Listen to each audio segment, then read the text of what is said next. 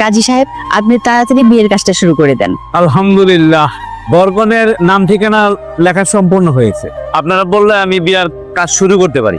বিসমিল্লাহ বলে বিয়ে পড়ানো শুরু করে দেন। বিসমিল্লাহির রহমানির রহিম। উত্তরা নিবাসী জনাব আব্দুর রহমানের একমাত্র কন্যা রিচিকে 10 লক্ষ টাকা দেনমোহরের ধার্য করিয়া এই বিয়াতে যদি আপনি রাজি থাকেন, 3 বার কবুল বলেন। কবুল বলে রিচি মাকে আমাদের সংসারের মায়ের বন্ধনে আবদ্ধ করে ফেল। বিয়ে বন্ধ। ইসা সাহেব, আপনি এখানে? আপনি বিয়ে বন্ধ করার কে? মানে এখন আমি আপনাকে এটা কৈফিয়ত দিব। আপনি যেহেতু জানতেই চাচ্ছেন, তার আগে আপনি একটা কথা বলেন, আপনি কি আপনার মেয়ের সাথে এমন কোন ছেলেকে বিয়ে দিবেন যে কিনা একটা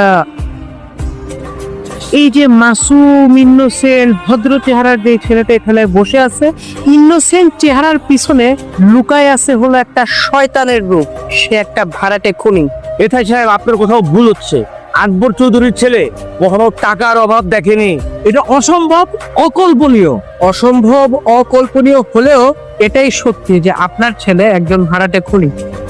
গত সপ্তাহে ঢাকা মহানগরে একজন মহিলার কাছ থেকে 10 লক্ষ টাকা আপনার ছেলে সুপারি নেয় এবং তারপরে তিনি ওই মহিলার হাজবেন্ডকে নৃশংসভাবে মিথ্যা কথা, আমি বিশ্বাস করি না। আমিও বিশ্বাস করতে পারি না। আমাদের রোহান এত জঘন্য কাজ করতেই পারে না। আমি বিশ্বাস করি। তুই কি আবুল তাবুল কথাবার্তা বলে যাচ্ছিস? মা, শুধু আমি আমার বিশ্বাসের কথাটা বলেছি। অনেক কথা হয়েছে, আর কোনো কথা না। Arrest him. দাঁড়াও, তুই চিৎকার করে বল যে তুই কিলার না। তুই বল যে তুই আমার ছেলে, তুই কখনো খুন করতে পারিস না। সে আর কি বলবে? বলার মতো কোনো মুখ থাকলেই না সে বলবে। আসামিকে থানায় নিয়ে চলো। আমি থানায় আসতেছি। আপনি কেমন বাবা হয়েছেন? কোথায় ছেলেকে ডাক্তার, ইঞ্জিনিয়ার, ব্যারিস্টার বানাবেন, আবার এসেছেন ছেলেকে বিয়ে করাতে আমার মেয়েকে দিয়ে। খুশিতে আমার নাচতে ইচ্ছে করতেছে। নাচ বান্ধবী নাচ। বিয়ে ভেঙে গেছে, তোর তো কান্না করার কথা, তুই তো নাচতেছিস। ওই ছেলেকে আমার কোনোদিনও পছন্দ ছিল না। ওই ছেলে আমার জীবনে একটা কালো ছায়া। সে আমার জীবনে যখন থেকে আসছে, আমার জীবনটাকে নরক বানাতেছে। এখন সে জেলে পচে মরবে আর আমি আনন্দে জীবনযাপন করব। ছোটবেলায় ওর মা মারা যাওয়ার পর আমি আর দ্বিতীয় বিয়ে করলাম না। আমি কোনোদিন ওকে কোনো কিছুর অভাব বুঝতে দিইনি, আর সেই সন্তান আমাকে এমন প্রতিদান দিল।